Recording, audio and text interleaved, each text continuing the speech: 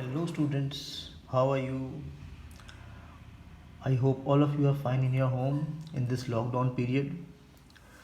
Now Kendriya Vidyalaya Sangathan Chandigarh region has taken initiative to connect to the students through online mode. In this series we are starting with the first chapter of your class 12 chemistry syllabus. The chapter is solid state.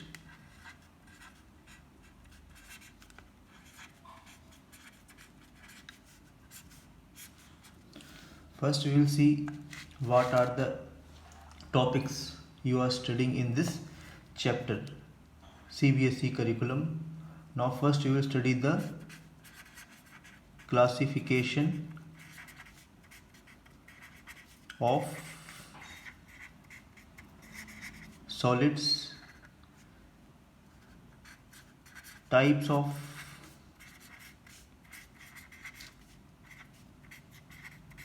crystalline solids, then unit cell in 2 and 3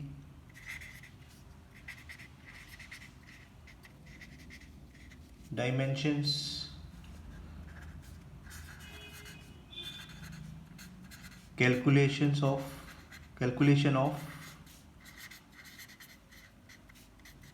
density of unit cell, packing of solid,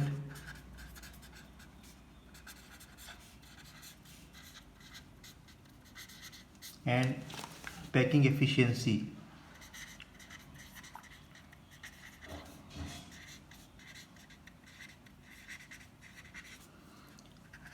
Imperfection in solids,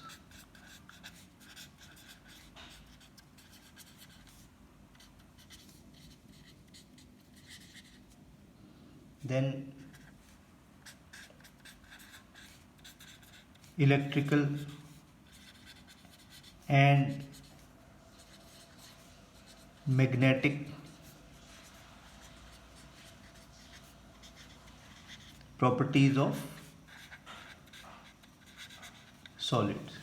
So these are the topics which you are going to study in the first chapter of your chemistry syllabus, that is solid state. So we'll start with the classification of solid, and before that we will study about the introduction of the chapter. So let's start. Now, solid, we encounter more solids than the liquids and gases in our day-to-day life. About liquid state and gaseous state you have studied in your class 11th. In this class you will study about the solid state. Now solids are characterized by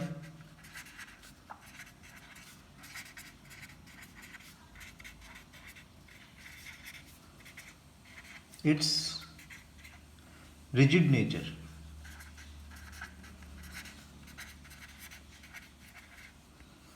and their tendency to maintain its definite shape. Now solids have a unique microscopic ability to maintain the relative position of their constituent particle except for vibrations. The particles of solid vibrate but their relative positions are fixed. Now what are the general characteristics of solids? The first characteristic of solid is they maintain a definite shape. Liquids and gases do not have a definite shape. They take the shape of the container in which they are placed, but solids have a definite shape. Definite volume.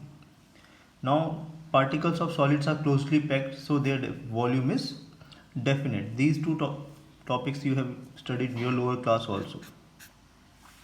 Solids are incompressible. Incompressible, they can't be compressed because their volume is definite. The particles are closely packed, so you cannot practically, they are incompressible.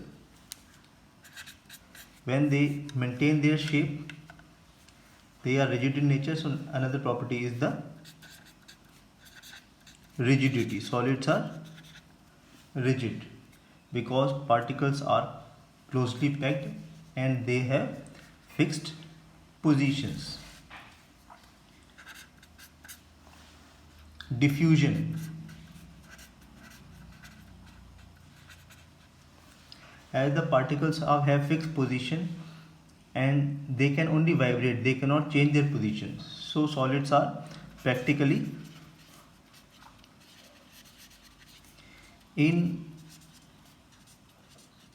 indiffusible. They do not diffuse. High density. Now the particles of solids are very closely packed than liquids and gases, so density of solids are generally higher than the liquids and gases. So these are the few characteristics of solids. Next we will discuss about the types of solids.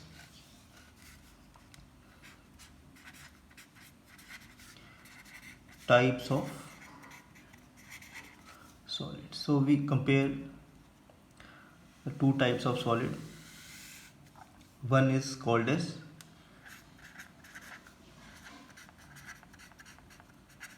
crystalline solid, other is called as amorphous solid. Crystalline solid and amorphous solid. Now first is the crystalline solid. They have definite geometrical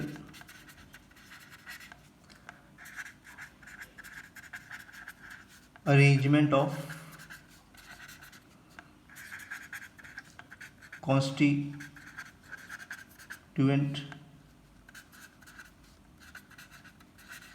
particles in 3 dimension, and this arrangement of the particles, definite 3-dimensional arrangement of the particle, extends over a long range. So we can say they have long range order of arrangement of particles. Now crystalline solids, they are made up of well-defined crystals. Well-defined crystals means they have a crystalline, the well-defined crystal unit cell, which have crystals which have definite shape with flat surfaces and sharp edges. Their crystals have, the surfaces are flat and edges are sharp. Now on the other hand, we have amorphous solid. Amorphous solid, the word comes from amorphos, Greek word. Amorphos means without a morphology, means they do not have any definite shape. The geometrical arrangement of constituent particles are random. The particles are, you can say,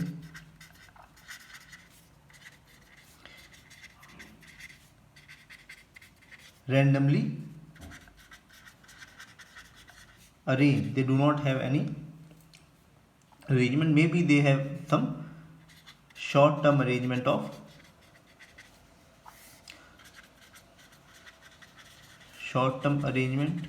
or no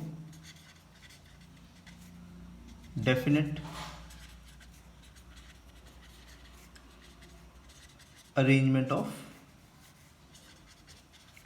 constituent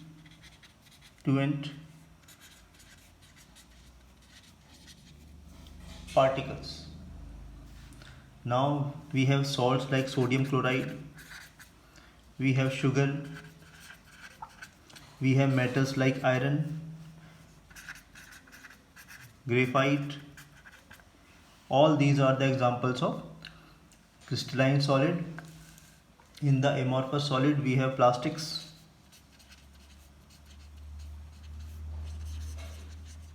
glass, rubber, wood, etc.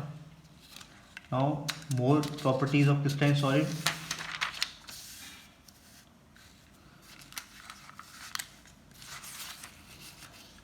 Again I am comparing it. This is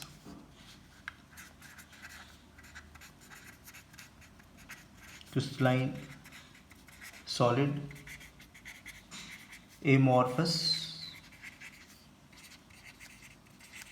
solid. Now this is the representation of crystalline solid and amorphous solid. Now quartz is a form of silica, SiO2. It is a crystalline in nature and the particles are very arranged in a long term order, you can see. And this quartz in an amorphous form, quartz glass, the particles are not definitely arranged. You can see here the pattern is regular, here the pattern is not regular. This is the diagrammatic representation of crystalline solid and amorphous solid. Now to study about the more properties of crystalline and amorphous solid. Crystalline solid have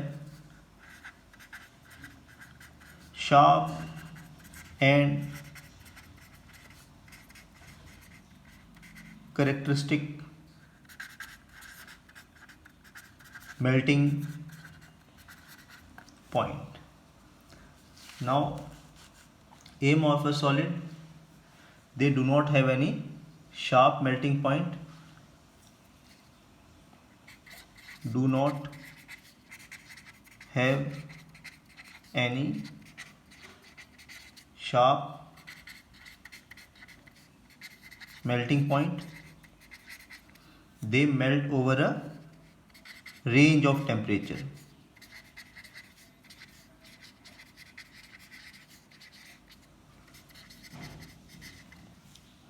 You can see an example of wax.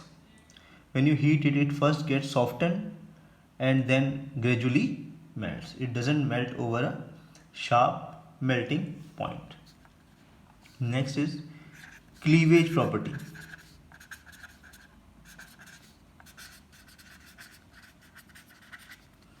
Cleavage property,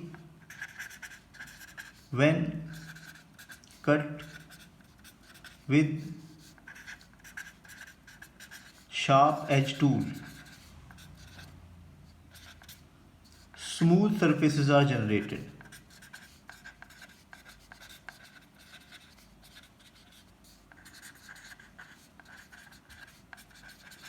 When you cut a crystalline solid with a sharp edge tool, it cuts in a definite pattern and the new surface generated are smooth. Now when amorphous solid cut with a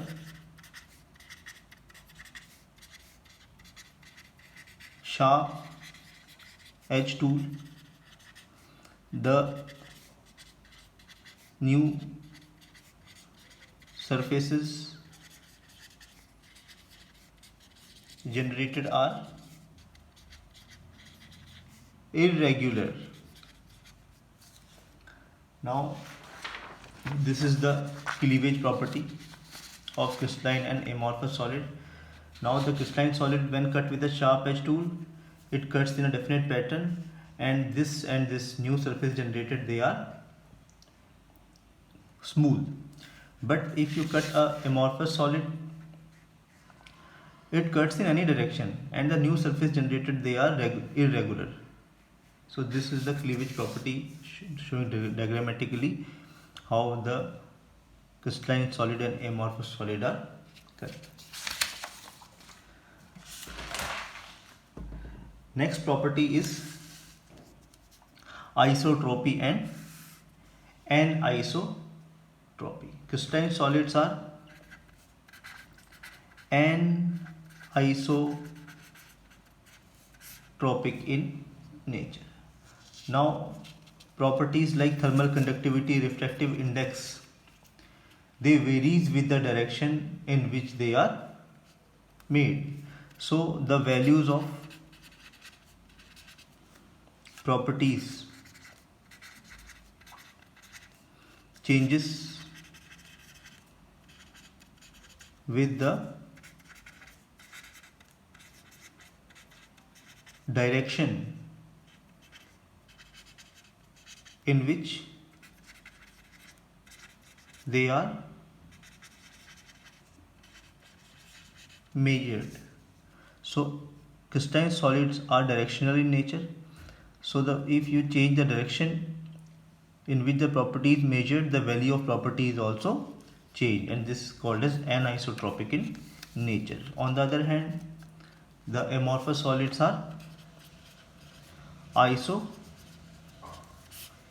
in nature. Now the properties, value of properties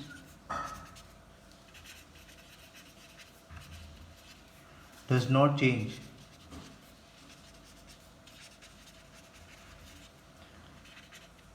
with the direction in which they are measured. You can measure the amorphous solid in any direction, the value of the property remains same. You can see with the help of the diagram. Now this is the representation of crystalline solid. Now if you measure along this AA line, it encounters different type of particles. If measured along BB line, the number of particles of the type of particles are in different pattern. So refractive index, if measured in this direction and if measured in this direction, it has different values. But in case of amorphous solids, the particles are randomly arranged. So if you measure the properties in any direction, it gets same value. The crystalline solids, they are also called as true solids. They are called as true solids, and amorphous solids are called as pseudo solids or supercooled liquids. True solids are crystalline solids and pseudo solids are amorphous solids. Now in this chapter we will study further only about true solids. I have two examples of amorphous solid and crystalline solid. You can see there is a sugar. Sugar is crystalline. You can observe a single crystals of sugars. They have a definite shape. Each crystal have a definite shape, and this is the jaggery powder or shakkar. You can easily observe which one is crystalline and which one is amorphous. So in the next video we will study about the types of crystalline solids. Hope you enjoyed this video. We will meet in the next video. Thanks for watching.